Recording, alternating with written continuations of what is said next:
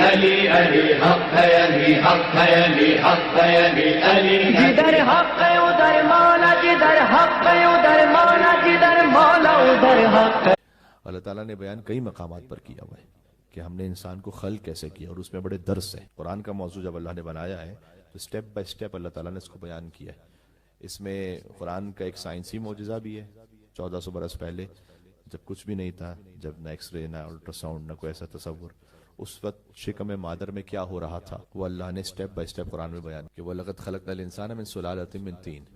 سب سے فرمایا پہلے کہ ہم نے انسان کو ایک کھنکھناتی ہوئی مٹی سے بنایا ہے۔ اب یہ جو مٹی سے بنایا اللہ تعالیٰ نے، تو ہم میں سے ہر ایک کا وجود در حقیقت مٹی سے، اس لیے کہ ایک تو خیر ہمارے جو جد حضرت آدم علیہ السلام، ان کو اللہ تعالیٰ نے خلقہ من تراب، تراب سے خلق کیا۔ لیکن اس کے علاوہ بھی وہ، کیونکہ وہ نطفے کا لفظ قرآن میں موجود ہے اس لیے میں یہ لفظ استعمال کر رہا ہوں یہاں ممبر سے، وہ وجود کیسے آتا ہے؟ وہ یہ کہ جب انسان غذا کھاتا ہے، وہ غذا اسی زمین سے، مٹی سے، اس کی اصل جو ہے وہ مٹی، اس غذا کے ذریعے سے اس کے اندر اللہ سبحانہ وتعالیٰ نے ایک نظام رکھا کہ ایک ایسا مادہ وجود میں آ سکے کہ جو آگے ریپروڈکشن کر سکے۔ تو اس کی اصل خاک ہے۔ جب جانور کا وہ گوشت بھی کھاتا ہے تو جانور، جن جانوروں کا گوشت اللہ تعالیٰ نے حلال کیا ہے وہ جانور ہیں کہ جو گھاس کھا رہے ہیں۔ گوشت خور جانوروں کو اللہ تعالیٰ نے ہمارے لیے حلال نہیں کیا۔ تو اللہ تعالیٰ نے کہا کہ یا تو سبزی کھاؤ یا ان جانوروں کو کھاؤ جو سبزی کھا رہے ہیں۔ بات سمجھ میں آ رہی ہے؟ اس فلسفے کو سمجھیں آپ۔ خود شیر کو اللہ تعالیٰ نے خاص قسم کے دانت عطا کیے کیونکہ وہ گوشت خور ہے۔ اچھا، انسان جو کہ وہ گوشت بھی کھاتا ہے اور وہ سبزی بھی کھا رہا ہے، تو اس کے لیے جو دانتوں کی کیفیت ہے وہ الگ ہے۔ تو اس میں آپ دیکھیے گا کہ ہمارے جو سامنے کے دانت ہیں وہ کسی اور کیفیت کے ہیں، جو سائیڈز کے جو دو تیت ہیں اوپر اور نیچے، وہ در حقیقت گوشت، وہ شیر کی طرح تھوڑے ملتے جلتے ہیں، وہ وہ نوکیلے جو ہوتے ہیں وہ گوشت کے لیے ہوتے ہیں در حقیقت۔ تو یہاں علماء اخلاق نے اس بات کو لکھا ہے کہ اللہ تعالیٰ نے اگر 32 دانت عطا کیے ہیں تو اس میں سے 4 وہ ہیں کہ جو نوکیلے ہیں، گوشت کے لیے ہیں، تو اسی حساب سے انسان کو گوشت کھانا چاہیے۔ 32 کو 4 سے آپ وہ کیجئے کتنا پرسنٹیج نکلتا ہے۔ اب یہ مومنوں کے نیاز میں بڑا مشکل ہو جاتا ہے اس کو سنبھالنا بھی، ہے نا، بڑا ہی مشکل ہو جاتا ہے اس کو کہ آپ کیسے سنبھالیں گے اس بات کو اور کیسے منع کریں گے، جبکہ اتنا زیادہ اصرار بھی ہو، اب نہ بھی کھانا چاہیں تب بھی اتنا اصرار ہو کہ کئی دفعہ تو مجبوراً کھانا پڑ جاتا ہے۔ بہرحال لیکن یہ کہ اللہ تعالیٰ نے کہا کہ یا تو تم زمین سے سبزی کھاؤ یا ان جانوروں کا گوشت کھاؤ کہ جو زمین سے کھا رہے ہیں، گوشت خور نہیں ہے۔ اس میں بھی ایک خاص بات ہے، جو ہم بات کر رہے ہیں نا وہ بات کر رہے ہیں خلقت انسانی اور کرامت انسانی۔ تو اللہ تعالیٰ نے سورہ اسراء میں کہا ہے وَلَقَدْ كَرَّمْنَا بَنِي آدم، ہم نے آدم کی اولاد کو ڈگنیٹی عطا کی ہے، کرامت۔ مسلمان کو عزت عطا کی، یہاں یہ بات نہیں کی، اس کو تو ہے عطا کی ہے، لیکن ہر آدم کی اولاد کو بما ہوا انسان ہم نے ایک حیثیت، عزت، کرامت دی ہے۔ بہت توجہ کیجئے گا، وَلَقَدْ كَرَّمْنَا بَنِي آدم وَحَمَلْنَاهُمْ فِي الْبَرِّ وَالْبَحْرِ، اور ہم نے اس کو کرامت عطا کی ہے کہ ہم نے اسے خشکی اور سمندر کو تسخیر کرنا سے، آپ اپنے راستے بناتے ہیں، خشکی میں بھی بناتے ہیں، سمندر میں بھی بناتے ہیں۔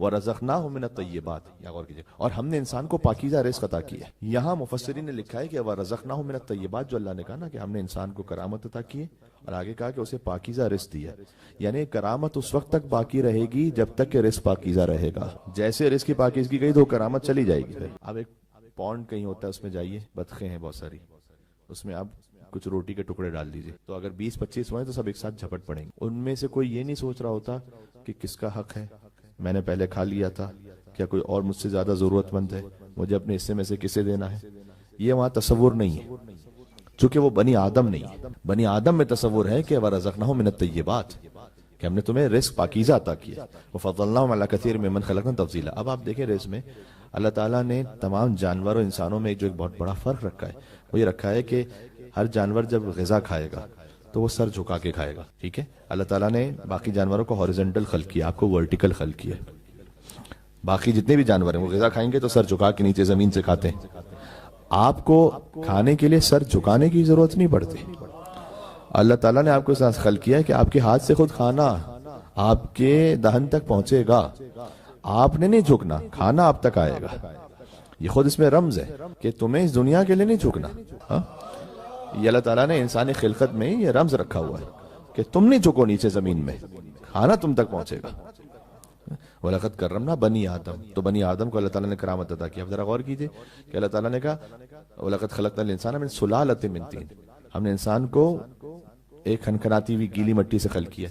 اب اس میں اور بھی مقامات پر من صلصال کا لفظ بھی سورہ حجر میں، لیس دار مٹی سے اللہ تعالیٰ نے حضرت آدم علیہ السلام کو بنایا نا، تو وہ جو مٹی تھی خطبہ قاسیہ میں مولا علی علیہ السلام نے فرمایا نہج البلاغہ میں، وہ مٹی تھی وہ اس میں کوئی بہت زیادہ خوشبو یا وہ مٹی بہت زیادہ اسپیشل نہیں تھی، ایک عام سی مٹی تھی، بلکہ کچھ اس میں سے بو آ رہی تھی، جس سے اللہ تعالیٰ نے حضرت آدم علیہ السلام کو بنایا تھا۔ یہ کیوں کیا اللہ تعالیٰ نے؟ اللہ تعالیٰ چاہتا تو ایک بہترین خوشبودار مٹیریل سے بناتا حضرت آدم علیہ السلام کو۔ کیا یہ خوبصورت بات ہے! اس لیے کہ اللہ نے جب فرشتوں کو جھکایا نا آدم علیہ السلام کے سامنے، تو اللہ یہ نہیں چاہتا تھا کہ مٹیریل کو دیکھ کے جھکے، میرے حکم کی وجہ سے جھکے۔ مٹیریل کی وجہ سے جھکیں گے تو پھر کوئی بھی کوئی اچھی چیز ہوگی تو انسان کا خود بخود وجود جو ہے نا فطرت میں کہ وہ جھکے گا، نہ نہ نہ، میں حکم دے رہا ہوں کہ جھکو۔ جی وَلَقَدْ خَلَقْنَا الْإِنسَانَ مِنْ سُلَالَةٍ مِنْ طِينٍ ثُمَّ جَعَلْنَاهُ نُطْفَةً فِي قَرَارٍ مَكِينٍ۔ اس کے بعد اللہ نے کہا کہ ہم نے انسان کے اس نطفے کو، مٹی سے جو نطفہ بنا ہے، محفوظ مقام پر رکھا۔ مولا حسین علیہ السلام نے دعا عرفہ میں فرمایا کہ 3 پردوں میں رکھا، فی ظلمات 3، 3 پردوں میں اس کو۔ علیہ السلام کی دعا میں کیا کچھ مطالب ہے۔ تو ہم نے انسان کے نطفے کو محفوظ مقام پر رکھا۔ ثم خلقنا النطفة علقہ، بہت غور کیجیے گا، تفصیلی گفتگو نہیں ہے۔ ثم خلقنا النطفة علقہ، اس کے بعد اللہ نے کہا ہم نے اس نطفے سے جمع و خون بنایا۔ فخلقنا العلقة مضغہ، جمع و خون سے گوشت کا لوتھڑا بنایا۔ فخلقنا المضغة عظاما، گوشت کے لوتھڑے سے ہڈیاں بنائی۔ فکسونا العظام لحما، کوئی ایکس رے مشین نہیں ہو زمانے میں۔ فکسونا العظام لحما، ہم نے ان ہڈیوں کے اوپر گوشت کی ایک اور تہہ کو چڑھایا۔ ثم انشأناه خلقا آخر، اس کے بعد ایک وقت گزرا تو ہم نے اسے کچھ اور بنا دی۔ ثم انشأناه خلقا آخر، اب یہ خلقت انسانی پہ گفتگو اللہ تعالیٰ نے، ملاحظہ فرمائیے یہاں پر سٹیپ بائی سٹیپ جو اللہ تعالیٰ نے کہا ہے نا، کہیں پر حرف فا سے کہا ہے، کہیں حرف ثم سے کہا ہے۔ ثم خلقنا النطفة علقہ، ایک وقت گزرا کہ ہم نے اس نطفے کو علقہ، جمع و خون بنایا۔ فخلقنا العلقة مضغہ، پس پھر فوراً ہی اس جمع و خون سے گوشت کا لوتھڑا بنایا۔ ثم وہاں آتا ہے کہ جہاں ایک فاصلہ ہے کریشن میں، سٹیپس میں جو فاصلہ ہے، اور فا وہاں آتا ہے جہاں فاصلہ نہیں ہے۔ آپ سے بہتر کون سمجھے گا؟ من کنت مولا،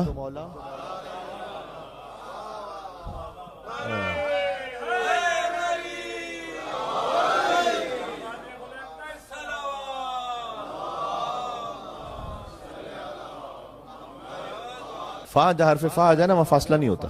تو اس لیے اب میں ایک آیت پڑھوں گا جو اس آیت کا بھی مفہوم آپ کے ذہن میں، انما امرہ اذا اراد شیئا ان یقول له کن فیکون، جب اللہ کا ارادہ کرتا ہے، وہ اس کا امر ہوتا ہے تو وہ ارادہ کرتا ہے، وہ کہتا ہے کن فیکون۔ میں آپ سے جملہ انشاءاللہ آپ کے ذہن میں رہ جائے گا، جو کن اور یکون کے درمیان کی فا کی حیثیت ہے نا، وہی محمد اور علی کے درمیان فا کی حیثیت ہے، ذرہ برابر بھی کوئی فاصلہ نہیں ہے۔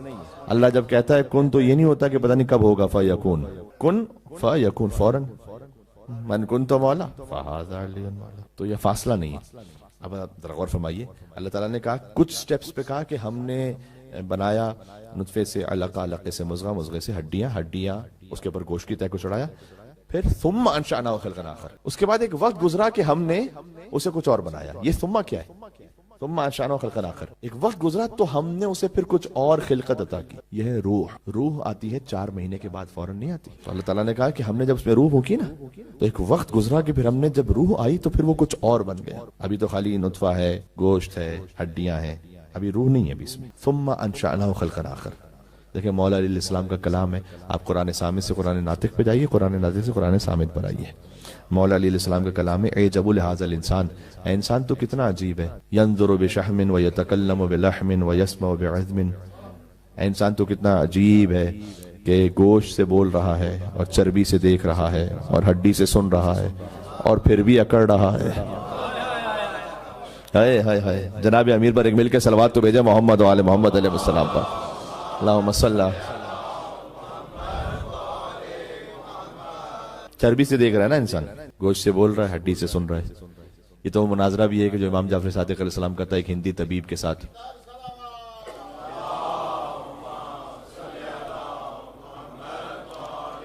اس طبیب کے ساتھ جب امام کا مناظرہ ہوا تو امام نے کیا پوچھا تھا اس سے کہ اگر تو طب کے بارے میں جانتا ہے تو یہ بتا کہ 3 رطوبتیں ہیں انسان کے چہرے پر، تینوں الگ الگ طرح کی ہیں۔ زبان پہ جو رطوبت ہے وہ میٹھی ہے، آنکھوں میں جو رطوبت ہے وہ نمکین ہے، کانوں میں جو رطوبت ہے وہ کڑوی ہے، تلخ۔ تو کیوں الگ الگ ہے؟ بالکل ساتھ ساتھ ہیں لیکن تینوں کی کیفیت الگ الگ ہے۔ اس نے کہا مجھے نہیں معلوم۔ امام نے کہا کہ زبان کی رطوبت اس لیے میٹھی ہے کہ اگر یہ نمکین ہو تو کتنا بھی پانی پیتے جاؤ پیاس ہی نہیں بجھے گی، اس لیے اللہ نے اس کو میٹھا رکھا ہے تاکہ تم ذائقے کو محسوس کر سکو، ذائقے کو محسوس کر سکو اور پیاس کو بجھا سکو۔